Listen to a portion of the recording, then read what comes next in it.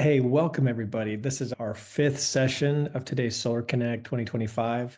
This one we're really excited about. They've all been very good, and our panel today is awesome. This one, we're covering direct-to-consumer online solar sales, the new frontier. We only have one more session after this, and that's sort of a wrap-up by our co-founders at Enerflo. So forget door knocking. Solar sales has entered the new digital age, from online marketplaces to AI-driven lead generation. This session is all about how the industry is embracing e-commerce and direct-to-consumer models like never before. Let me make a quick introduction. We may be joined here in a second with Austin, but let me introduce our moderator, our panelist. Dave Jones is the CXO at Enerflo and one of my bosses. And our panelists are Walid Halti, CEO and co-founder of Monali, and Bill Murphy is the CEO and founder of Solar Cheat Code. And Austin, who may join, is the founder and CEO of Demand IQ. We may be seeing him later on. We want to launch a quick poll before we get started, just to get a sense for what's happening out there and what people are interested in. So let me just launch a quick 2-question poll. All right, there's 2 questions on this. What is the biggest hurdle for consumers buying solar online? And the second question is, how should installers adapt to the rise of online solar sales? Let's take a second and see how people respond. All right, we've got some answers coming in.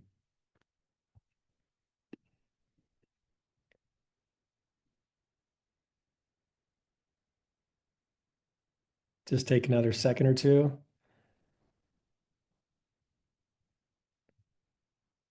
All right. I'll go ahead and end the poll. All right, let's share the results. So interesting. This was kind of bouncing around as I was watching the results come in. But for the biggest hurdle for consumers buying solar online, lack of trust in online platforms. Close second was uncertainty about the installation quality. And then a very clear winner in number 2, how should solars adapt to the rise of online solars? Combine traditional and digital approaches. So thanks for those who participated. That helps us get everything started. Dave, I'll stop sharing and I'll send it over to you to take it from here.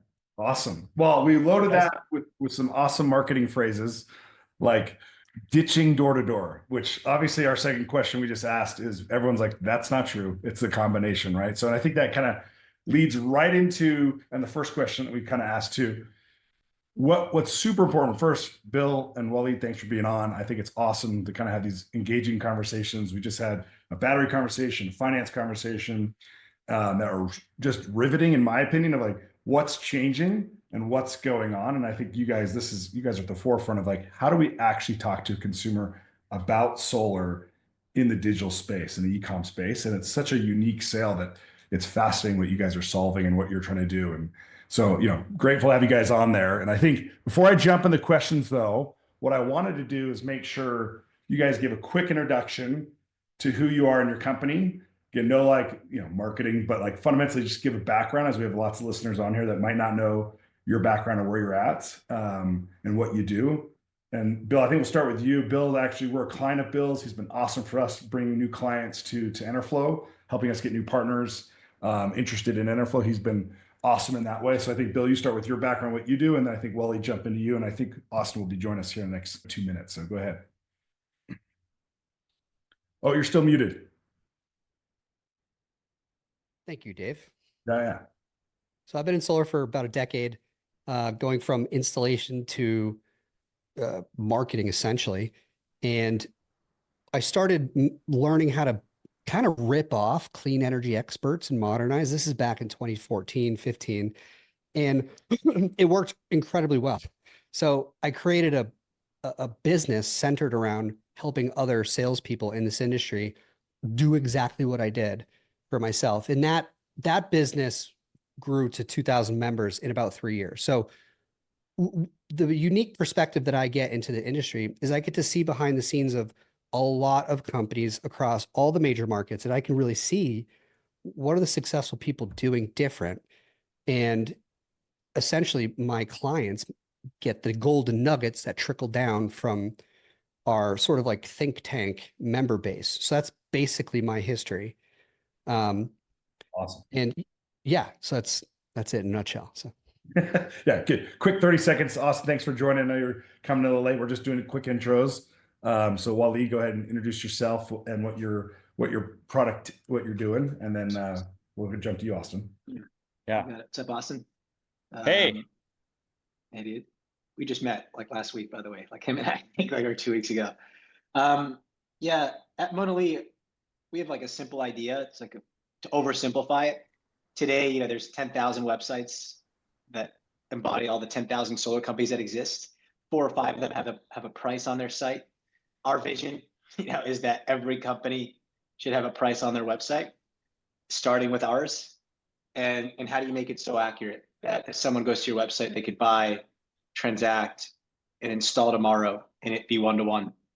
And so that's what we're setting out to do. And we're installing like 30 states, and we've recently started licensing some of that automation technology design tool to allow other installers to do the same. And they put a price on their website, place panels, generate some output that they can then deliver onto the customer. So that's what we do here. Awesome. Love it. Thanks, Waleed. Austin, go ahead. This is my first time kind of meeting you officially, so good to have you on. Excited to have you here. Didn't give it in, and sorry for my tardiness here. I'm actually at a trade show manning a booth, and I've got my team here, but you know how those conversations you get wrapped up, and I'm like, I gotta go. I had to bust to my hotel and then get on. So thanks for your patience here. So similar to Waleed, I'm sorry, Waleed. Our vision is also to make sure that solar is fair and transparent.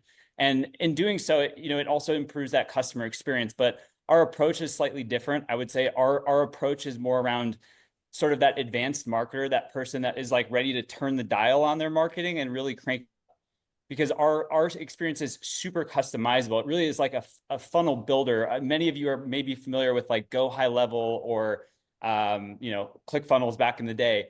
We've taken that same approach to software building, but brought really rich plugins for solar estimates, roofing estimates, for other types of home improvements, so that you can build really rich conversion experiences, just like you did in High Level, but with these really advanced plugins. And so we've spent a lot of time in that kind of conversion optimization space, where we're taking people from click to booked appointment with Bill and solar. And then we also have a canvassing app that complements that. So if you want to bring your instant estimates out to the doors, you can also do instant estimates. It's all one unified ecosystem for lead capture, whether you're online or offline, boosting those sales without having to spend more on marketing, because you're just turning that dial on conversion rates, which is something people aren't really focused on enough. Probably, Bill, you're probably one of the most conversion rate optimization focused people maybe in this industry. So I'm sure you have a lot to say on how do you squeeze more juice out of your funnels. But, for most people, they're not optimizing enough. And so that's where we really help you have a kit for optimization.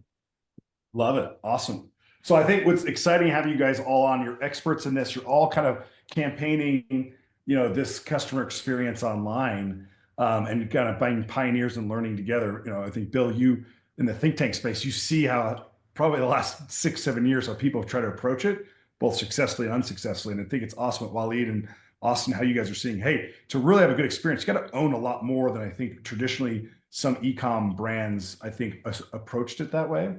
So I think jumping into this is what I love. And this is kind of a generic question you could say, but it really speaks to kind of what we're trying to solve as a group here. And I think, again, we have lots of EPCs on our platform. We have tons of sales groups, and again, I think it's very apparent. It's an and versus an or, which I'll talk about in a little bit, but it's not an or situation. It's like complementing, again, Austin, with you having a canvassing tool. You're taking a traditional door-to-door and you're combining it with e-com. That's the smartest way to do it. I think it's super smart. And Waleed, we talked about that, last week, a little bit of like, hey, this is totally an and situation. So again, those that are sales orgs on the platform, this is not cannibalization. This is actually enhancing those experiences and actually could increase those finding pools that I think so many people think it could be cannibalization. But the first question is, as you guys approach this, as you went in there, you started getting your first consumer in your alpha test, and you're learning, like, what's the biggest challenge? I think we asked this question, it's very apparent on the branding, but what's the biggest challenge of getting a consumer to buy online?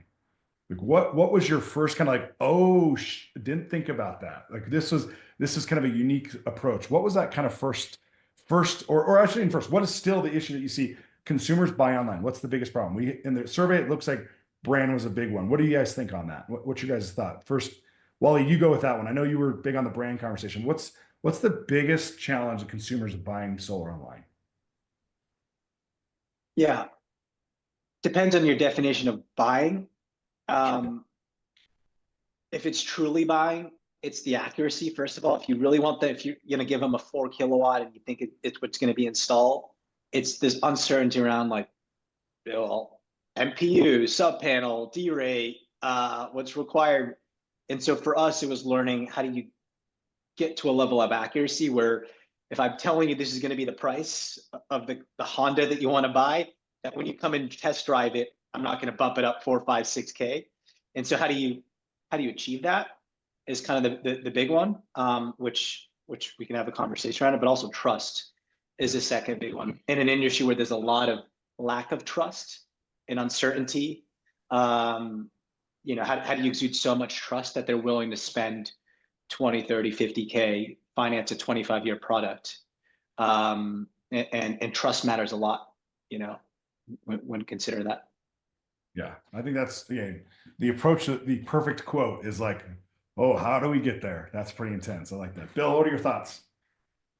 Well, from a technology side of things, it's the getting the agreement to populate with the accurate info from the design. Really, that's where we're kind of like duct taping it together.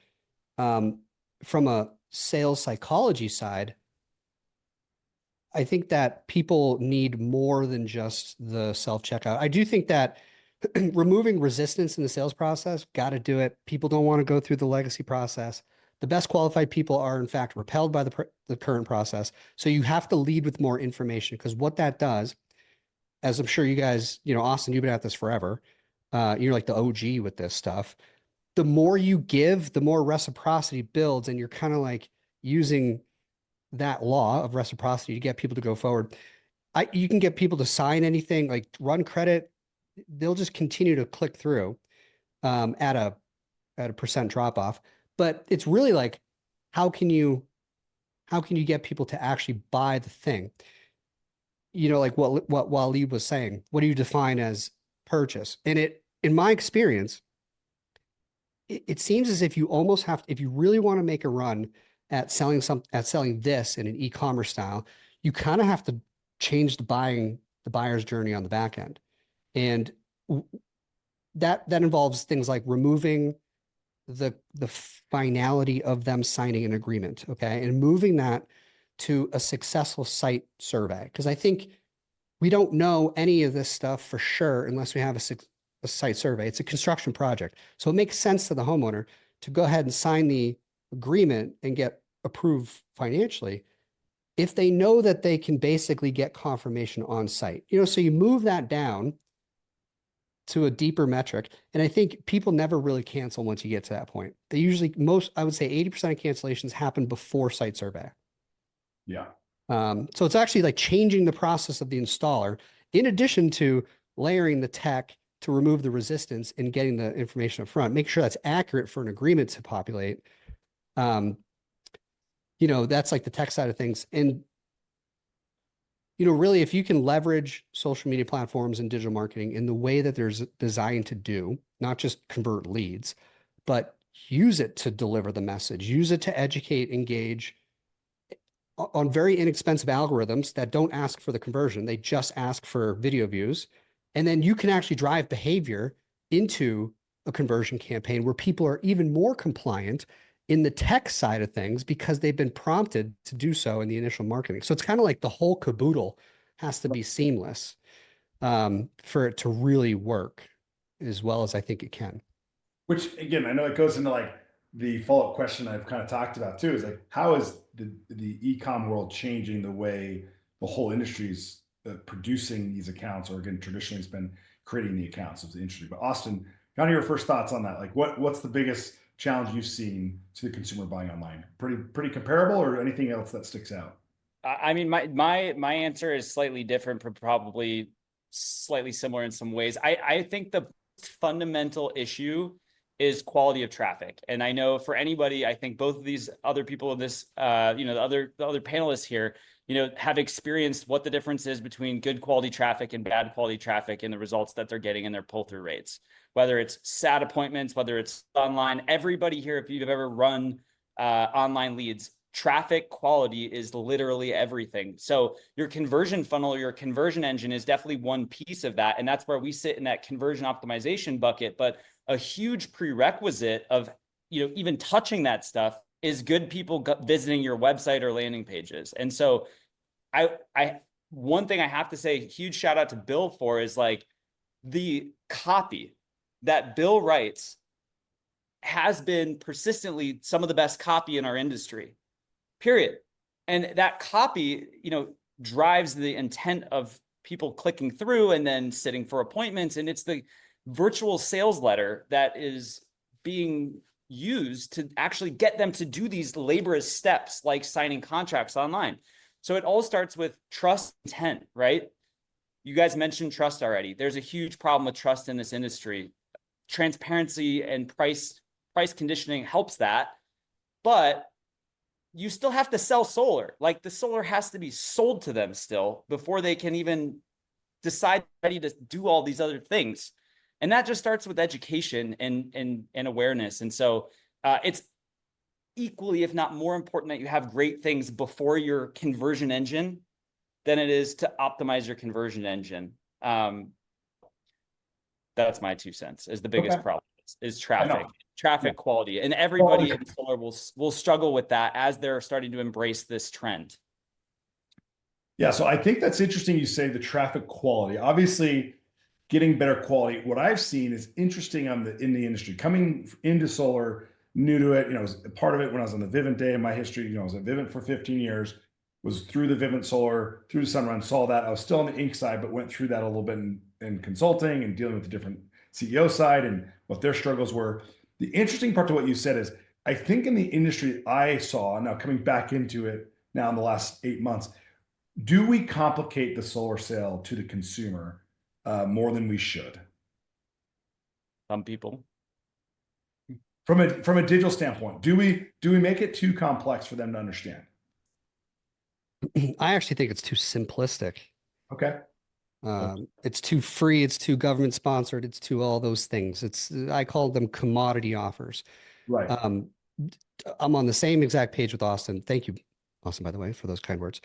The consumer needs to understand not necessarily the general value proposition of solar. It's almost as if why they should choose this company and what can they get with this company that they can't get anywhere else. And when you can leverage technology to deliver the buyer's journey, so you have to actually sell the thing in the next steps in the marketing itself. So when it does get to this really high tech platform like Demand IQ, for example, I don't have as much experience with Model E, but in Demand IQ, cold traffic won't convert, but if they're educated, then they will convert. So it's kind of like, how do you place your leverage at what stage and what do you use? So to that point, though, on educating the consumer, to your point, if you, what's the famous phrase, right? Throwing up on the consumer when you're, in the door-to-door space where it's like you talk too much, you show too much, you confuse the consumer. How do you simply explain it so they are educated, but yet not overburdened by the complexities of solar? I think is, again, what Waleed, you're kind of saying, hey, I want to make sure I'm giving them a solid price and experience all the way through. I think, Austin, you're kind of saying, hey, you have to make a better quality customer, but how do you do that without throwing too much? Yeah, I think we made a different decision, and some of this was inspired by Carvana, talking to Dan Gill, their chief product officer. Carvana made an early decision not to be an education platform, but rather a transaction platform. That's what we decided. Yeah. Go get educated, go energy stage, do your research. Yeah. You'll land here somehow, some way, and we want to make it frictionless for you to transact. And so that's the decision we made. We still push content to educate and nurture, et cetera.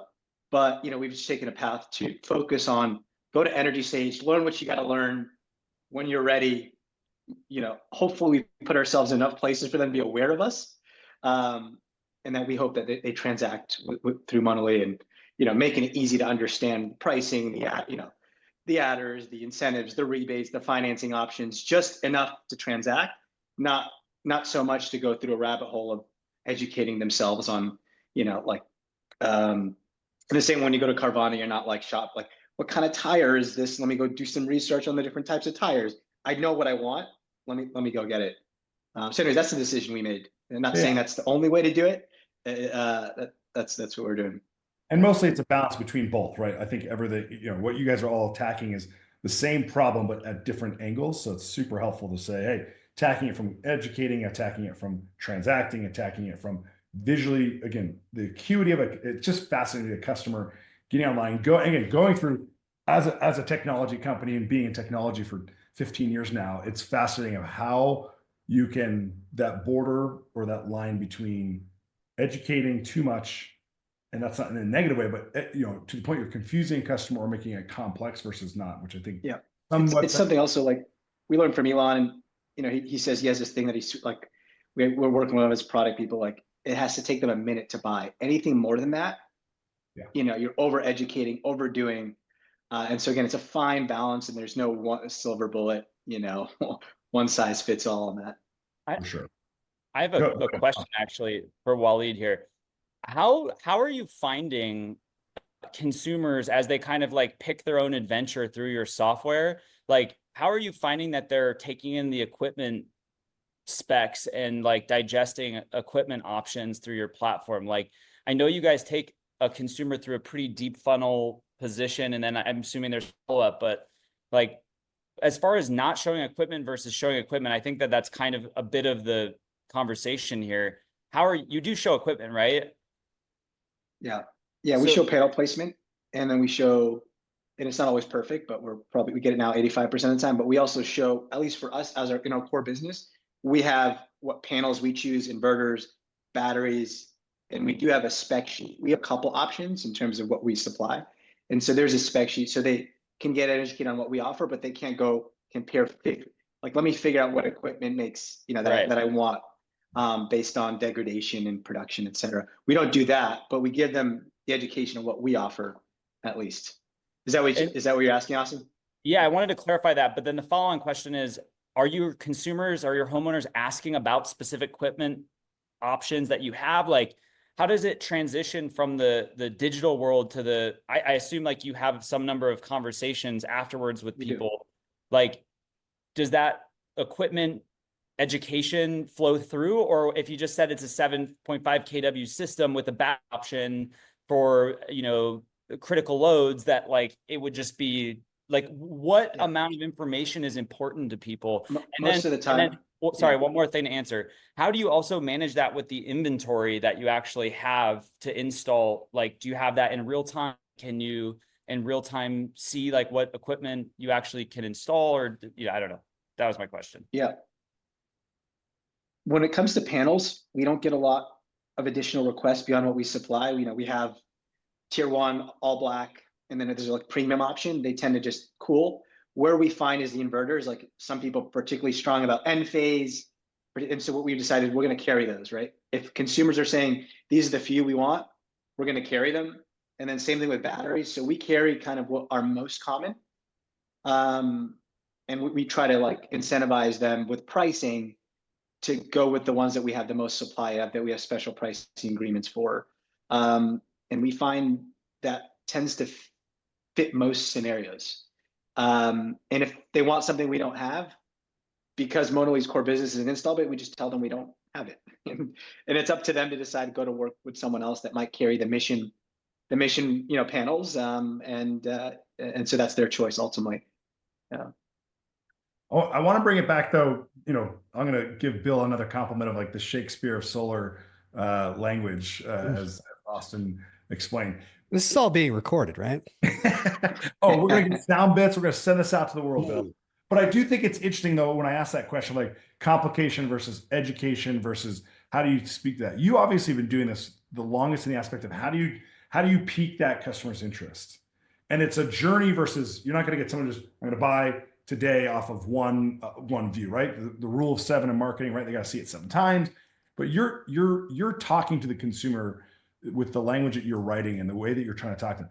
Typically, what do you run into? Do you run into a very educated, because this is the debate all the time with EPCs and our sales group. Are you dealing with an educated buyer that's done their research and that's like, okay, I'm ready to get solar, but I want to make sure I get clarity on these 5 things? Or is it mostly, I really don't understand other than I want to save money? So is it, I want to save the planet or I want to save money kind of consumer that you see online? Because on the doors, it's kind of unselected. You're just going and knocking. So they're running into both those. But online, are you seeing more of the educated that's saying, I need more information? Or is it actually, I just want to save money? Is this really real? So we do see both, which is the goal. What I've seen change in the last few years is that it seems as if the overall message to the market has been go solar, not necessarily with who or which way. It's just kind of like generalized go solar. And now it's moved. So everyone's kind of aware of the solution and the problem. Now we're moved into like the consideration phase. Like, so like I'm talking the entire homeowner market is sort of aware. Now they're in the consideration. And tools like Demand IQ, Model E Project Solar, these types of self-checkout engines fit into the future of where we're headed. It really just, in terms of talking to people, you want to have conversions happening at the colder traffic as well, because that's the biggest blue ocean. Okay. If you can convert up here, it's the most people, you can scale, all that good stuff. But you also need messaging that delivers the education, the common objections, these types of things, so that people do move down. I call it top, middle, and bottom of funnel. So by the time they get to the bottom, it is the person who has multiple quotes.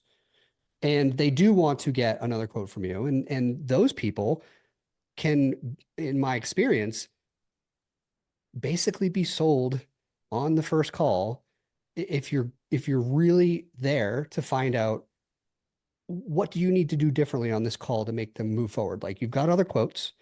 What do I need to do differently? And they'll tell you. They'll just tell you what you need to do. Yeah. So that's kind of like, you want to be leveraging the technology, the digital marketing platforms to deliver the messaging that moves people down the buyer's journey. Because typically on a sales call, you have to do it 1-to-1. Yep. But when you can leverage digital marketing, you can do 1 to 1,000,000. So you can actually sell, not just lead gen, in the marketing, and then move them through the buyer's process. So by the time they get to a self-checkout engine, they're way more compliant because they kind of got all their boxes checked from a marketing campaign. Yeah. Okay. Yeah. I agree 100. I mean, I think most of us would agree is like that journey going through that funnel is super important, the education. You brought up the thing of like what you've seen in the last couple of months or the transitional, but let's talk about like the next 3 years. Where do you guys see the education and the e-com space? As I'm an EPC, let's speak for EPCs that are listening right now. Like, hey, I am heavily invested in my dealer program, or I have a direct sales group, but that volume I need to increase, or I need to back that up, or I need to have some consistent volume that's coming in. Where do you see in the next 3 years? What are the challenges? What are the opportunities for an EPC saying, hey, how do I get into the e-com space and do that the right way? And then 2, what are the challenges you guys see as coming forward in the digital space? Let's go, Austin. You jump into that one. Man, I think I'll defer to the other two here. Honestly, I think they might have some better answers off. I'll join in if I've got some thoughts here. Because I think, Wally, this is your passion. This is your desire. Like, the best thing you can do in the next couple of years is get a better quoting. To get a better quote, you're trying to solve a pretty big problem working backwards from that.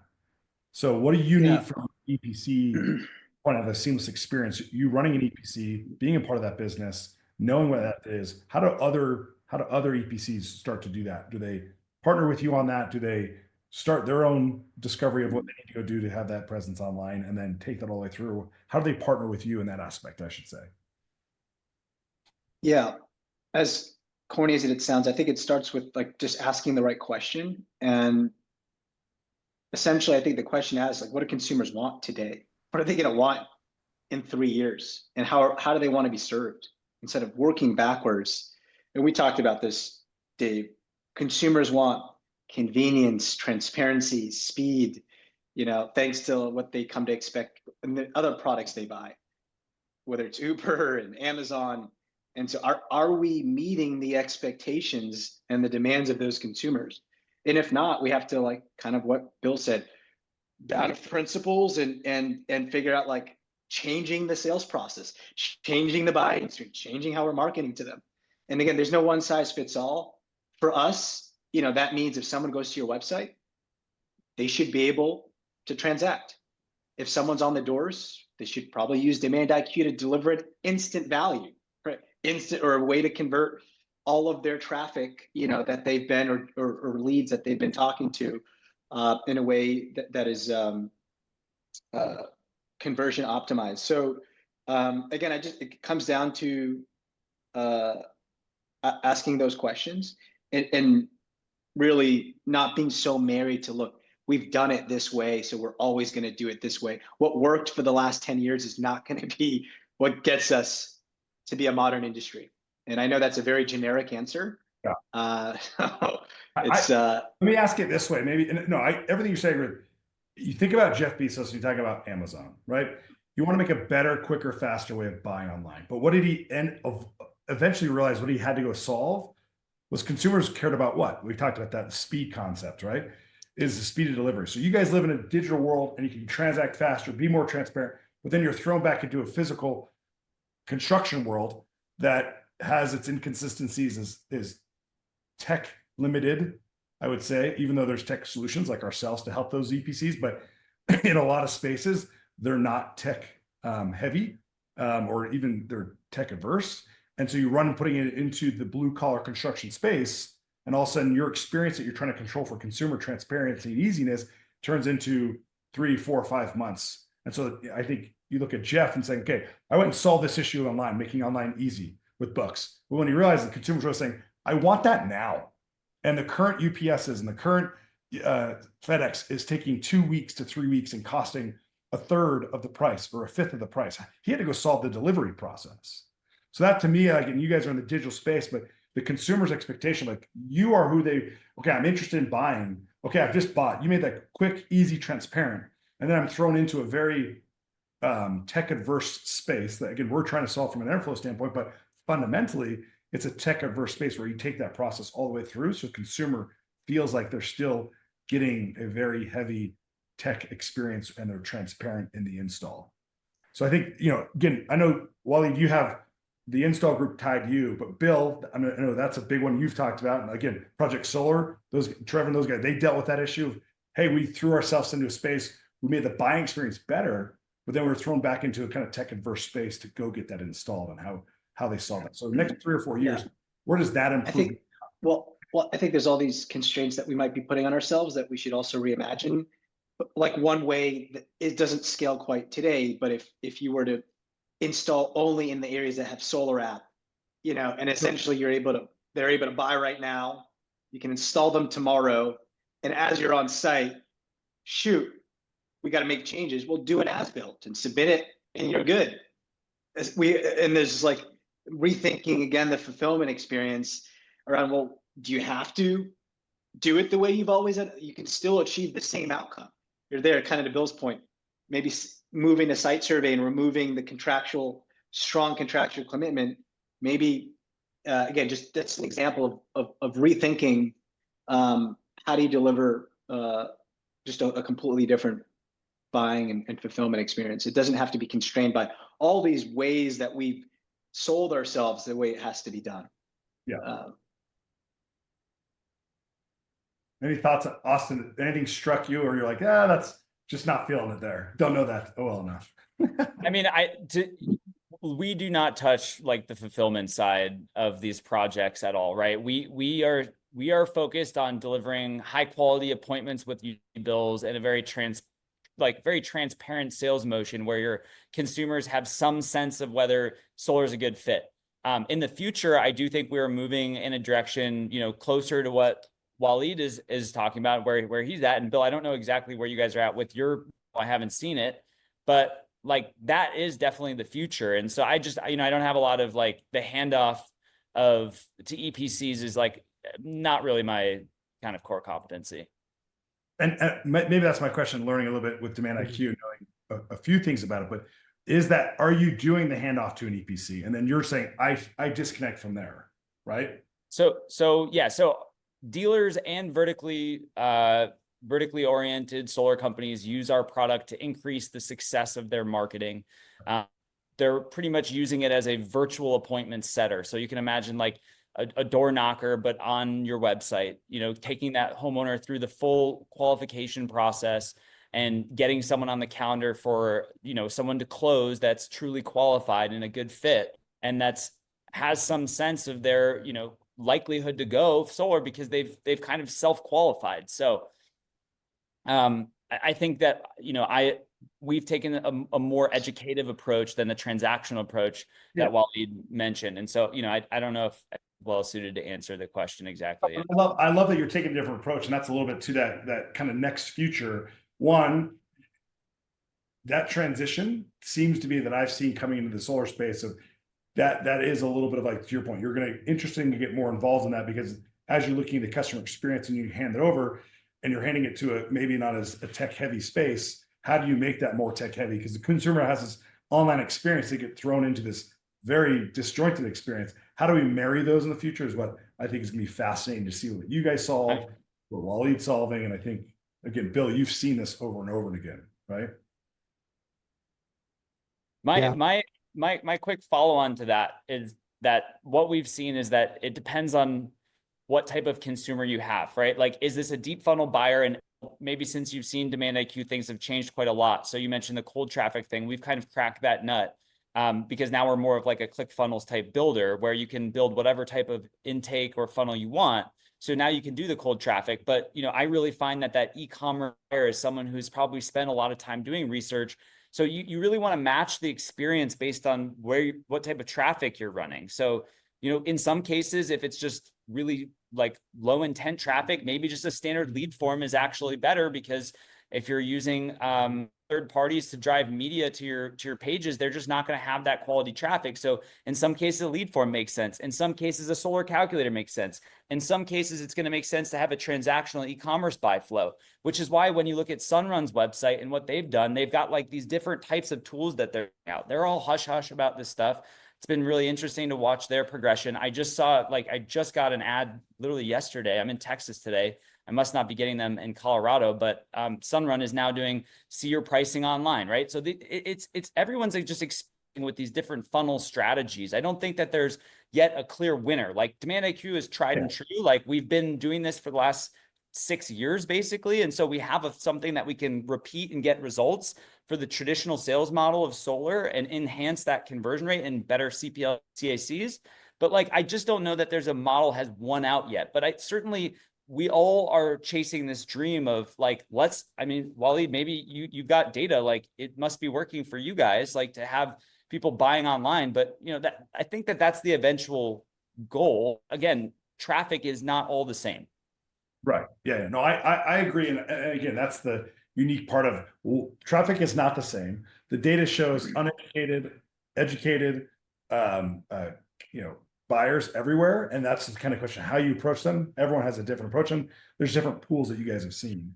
I think that's from an EPC as they're looking at, as they're exploring technology, as they're looking at solutions to increase their pool so that, again, their direct teams, their dealer programs, how do they really help subsidize, again, not cannibalize, but help increase that kind of pool, the install pool.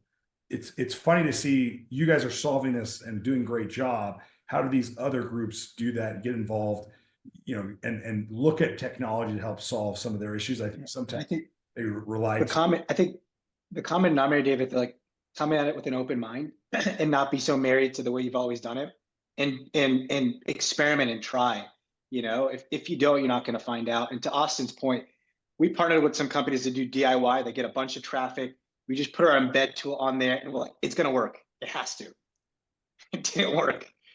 We had to rethink, because it was a different type of buyer, someone that was willing to just install themselves, whatever. And so we had to then rethink and change the funnel and the bit of like the way in which we converted them. And after a couple of experimentations later, months later, it started to work a little bit. But the spirit was like, just keep trying. And we need as many smart people to try to think about like, what can the future look like? whether it's e-com and, do it yourself or this digital way. Yeah. Bill, I know we talked, on this one. I know you're probably the biggest expert on this call on this, but the FTC coming in and saying, hey, the multi-party, lead gen loophole, and how that's affecting solar. Obviously, they've pushed it out. It was going to be January, I think 3rd or 4th, and then they pushed out another 12 months. But this concept of this consent to understanding who you're getting passed to, what do you see in the future on that one? Do you see a big impact? How do people correct that? Is that an easy one to work on, or is that like, hey, this is a showstopper? Which again, Austin, on your door knocking and canvassing included on the upside of like, hey, taking lead funnel and putting it into the field. Love that. That's a super smart solution. I saw that when I was previous company, when I Vivint for many years building that technology. It was using 10,000 people that are knocking doors, and how do you generate leads that customers like, you know what, I'm not comfortable buying from someone on the door. How do you transition that to a call center? And then vice versa. Someone that calls in and says, yeah, I'm interested. Give me some time to think about it, and then transition that to a field agent, and using that technology to do that actually won us over a ton of leads and change the relationship and that fear factor. But for you, Bill, do you see that FTC kind of changing that? Is that a big issue for you? Do you see in the future in the marketing space, or you're like, hey, we're already kind of ready, we're good on that? What are your thoughts on that one? Well, I think they delayed it. It'll most likely happen after the delay. And again, I think the market will tell you what they want. You just can't cold call people on the phone number anymore. It's just, installers, from my experience working with so many, installers really care about their homeowners. They really do. They hate it when they get a bad sales org who does bad paper. They really want to take care of people. And I think they don't want to have to rely on call centers, cold calling people who aren't really interested. Installers do have the opportunity, in my opinion, to make a case to the market as to why homeowners should go with their business. And I think it doesn't have to be separate from sales dealers, because sales dealers are selling the installer anyway. So an effective marketing strategy could actually make the sales dealers that much more effective, because they're going to be pre-sold on the installer that the sales dealer is selling. So I wouldn't be concerned about it. I understand their perspective in terms of like putting a quoting tool on their website and offering direct price, whatever. I get it, but you also don't want to be left behind. And I don't think you're going to lose any sales dealers. In my humble opinion, I don't know if sales dealers are a big part of the solar future. So you kind of want to just position yourself as like, maybe you are the brand that is B2C that homeowners should check out, because the epitome of good marketing is it makes the sale easier. And in your experience with all the different EPCs you work with, how often do they really spend, how rate them 1 to 5, 5 being amazing, 1 being 0, do they spend on that brand marketing? It's almost 0. Because they're worried about the dynamics of the sales orgs. Yeah, so fascinating that way. In spite of my, telling them, don't worry. It's like all sales dealers want is to recommend a good company. Sales dealers care about their installs too. So they want to recommend a good company, right. And just everyone's stronger when the homeowner is aware of what offer they're clicking on before they enter their information. Yeah. Everything's more compliant. Yeah. And I think that's a big part. Oh, go ahead, Wally. I was going to say, when we started rolling out what we call Artemis, our tech, to other installers to leverage, we are finding they're doing better than us, because Monalease is like kind of surface level brand that's national, but those that are local, that have a local presence, better reviews than us locally, are getting way better conversion using the tool. To Bill's point, there's no dollar invested that is not an investment if you're promoting your brand, and every installer should be doing it, if they have the budget to. Right. Which they do. They definitely do. Even if it's $500 a month, Oh, for sure. No, and again, that's the biggest lesson, I think, as we walk away from some of the EPCs and the listeners on those calls. I do think there's for sure, relationship with the dealers in your direct sales group, that there's a bit of a fear factor there that has to kind of be changed, where it's a joint ambitious, hey, we're going to go to the market, to your point, Bill, the consumers see my brand more, means it's going to help you more on the door. It's going to help you more online. It's going to actually feed the funnel more. And the and versus the or conversation really needs to die. And again, the fear of like, oh, they're going to cannibalize my sales. It actually will increase sales. And I saw that at a very large company, at Vivint, and we did this, and it was 90% of the sales were coming from a direct to door. Then it flipped to like, okay, we're going to do this thing called inside sales. The whole sales group fought it. Nope, don't want it, hate it. By the time I left, it was 50-50, and the production on both had increased. So it doesn't cannibalize, and it actually helps mitigate risk in the aspect of, if you look at it from an EPC standpoint and from a field, they can continue to pay a healthy commission to the field if they also have that subsidized by a secondary funnel of leads coming in at a lower cost. So it actually protects the commissioning world, if you want to go that world, for the sales world, that sometimes they fight something they don't realize. It actually helps protect or mitigate that risk of reduction, because you're bringing in leads at a lower cost that helps they have the margins they need to continue to be successful as an EPC. And they have to run off some pretty tight margins. So without that, it really, as you guys, the last 18 months, as those squoze, you saw a lot of EPCs struggle, and they don't have a lead source that helps mitigate some of that risk and keep those margins.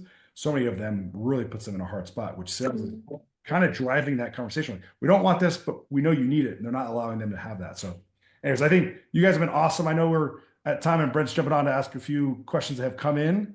So you can ask those. Nothing's come in. So if there's more questions you want to keep going on, go ahead. Sweet. Okay, I was gonna say, well, there was one. I think there was one that someone asked earlier to me. White labeling. I know, Bill, you do this. Austin, I'm not as familiar as Demand IQ in the aspect, and Waleed, I know you talked about this. Like, if they're going to go in and get this, they can white label their brand. They can use this to obviously go across any of your platforms, right? This is an open platform for these installers to use if they were interested. Yeah. Cool. Awesome. That was the one that came in. And then what else? What are your last thoughts? Any concerns, questions that came to your mind as we were talking? Again, talking to hundreds of EPCs and sales groups. My closing remarks to me is super important. It actually is super important to understand it's an and versus an or. You actually help maintain a healthy EPC when there's other sources coming in on a lower cost lead, helps them support the commissioning model of that door-to-door space. I got a question for Bill. I haven't spent a lot of time with him. It's been a while since this. What have you learned to be true recently, Bill, in the last months, weeks, under the constraints of what we're talking about? It's kind of surprised you, right? With all the, all the different ads you're running, content you're testing, and installers you're working with. Has there been anything particularly new and recent? You're like, holy shit, that is not what I thought it'd be, or that is exactly what I thought it would be. Holy shit.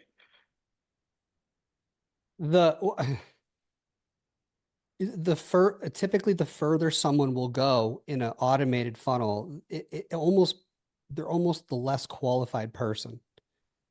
And you get the best qualified people who drop off sooner. So it's almost you just want to have contingencies in place to get the people further down the funnel process. It doesn't matter if they sign an agreement or if they fill out a credit application. It seems as if you still have to have an effective outreach SDR system. You have to hit 6 to 10 follow-up attempts every single lead. Every client we have, we look right at the contact. Whenever they're worried about contact rate, we go right to how many contacts they have, right to the call report outbound, and I want to see minimum 6x the contact number, because that is where 80% of the decisions are made. So it really all just comes. Do you run into issues with most installers? Say your average installer doesn't have the automation, the Klaviyo, the nurturing set up. It doesn't come natural. Do you run into issues you got I can't do this for you unless you have all this stuff put in? Are you putting all that stuff in for them? Because otherwise, it doesn't matter how much you spend, right? How much marketing you do. Yeah, you really just have to have a dedicated person following up with the leads, and it can't be the closer. Usually we deliver the opportunities to a setter pipeline, and the setter, they don't leave the setter pipeline until there's an initial phone call that qualifies them and that sort of thing. So even however far they get in the automated funnels, they need to be essentially developed by an SDR. That's how you get the highest. Be a human in the loop, no matter what. Yeah. Yeah. AI outbound is not there. Inbound, so-so, but you really just want to have someone, because the way I look at it is if we have the ability to save a homeowner $20,000+ of normal household energy bills, then we have this moral duty to do that. And ultimately, you don't want to do it just for one person. So you want to have systems in place. It's a virtuous cycle, you know.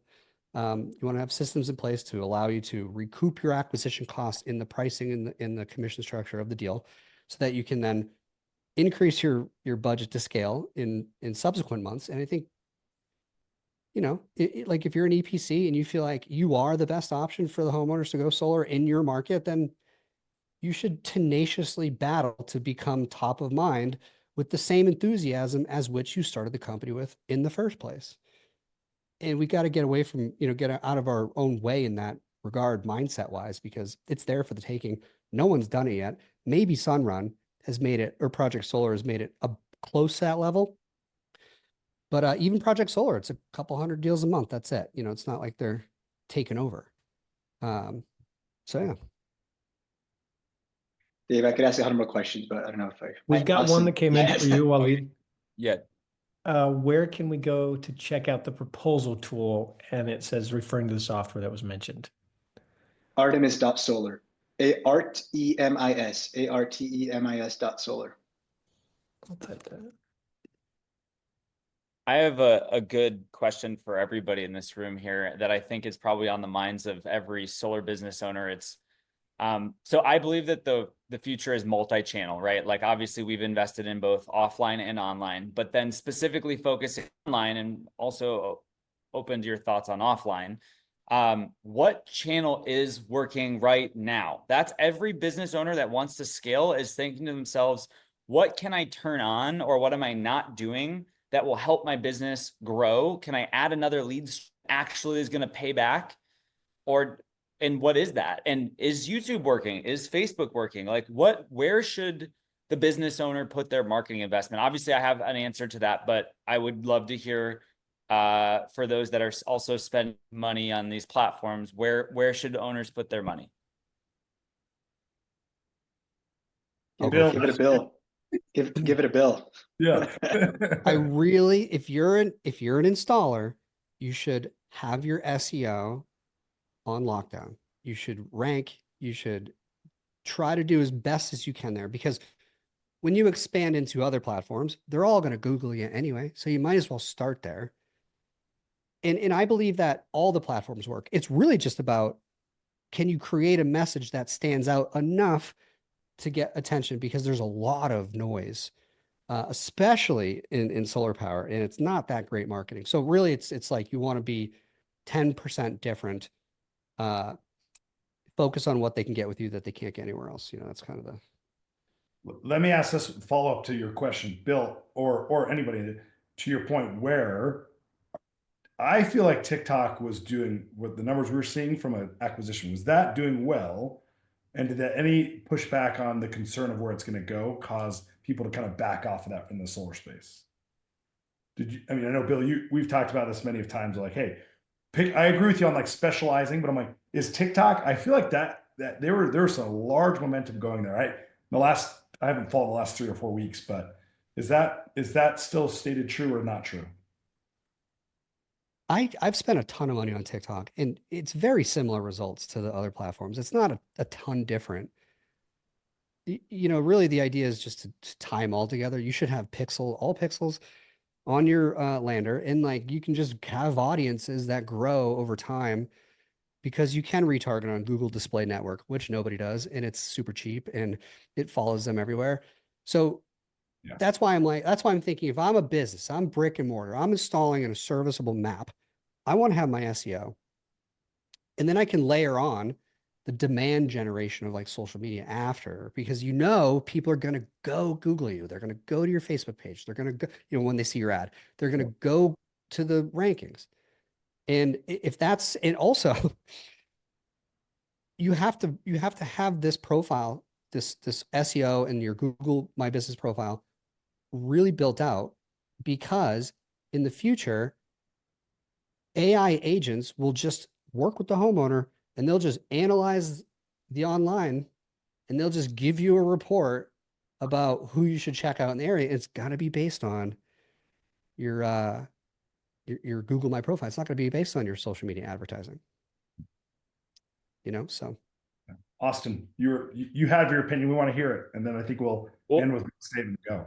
I also agree with Bill that organic has always been has been a huge breadwinner for people, and it is a long game, but it is definitely worth it to play.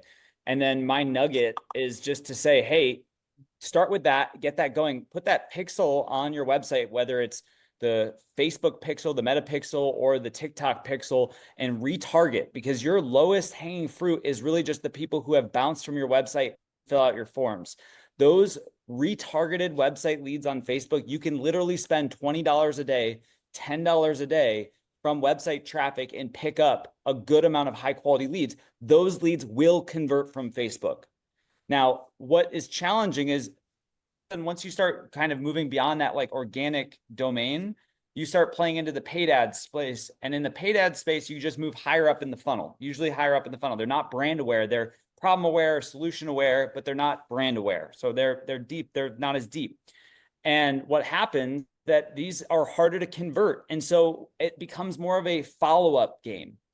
So like Bill mentioned, so it depends on how dialed you are in that call center. If you want to play in this kind of online leads, third-party leads arena, you've got the basic things you can do. You can do your organic, which you're going to have to invest in. You're not going to see immediate returns.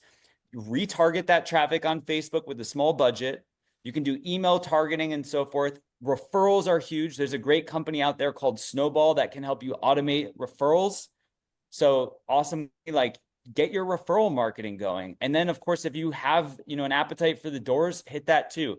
But then once you start getting above that baseline, then you have options of YouTube or paid Google search or paid Facebook and Instagram, right? And for those, you really do need that follow. I think Bill, you probably, I don't know if your service has like that follow-up engine, some of those like AI texting things, but I don't know, you mentioned it's like maybe only 60% of like what you need. You still need to have someone on the phone, right? So don't get in the ball game until you've got your follow-up dialed. So that's my 2 cents.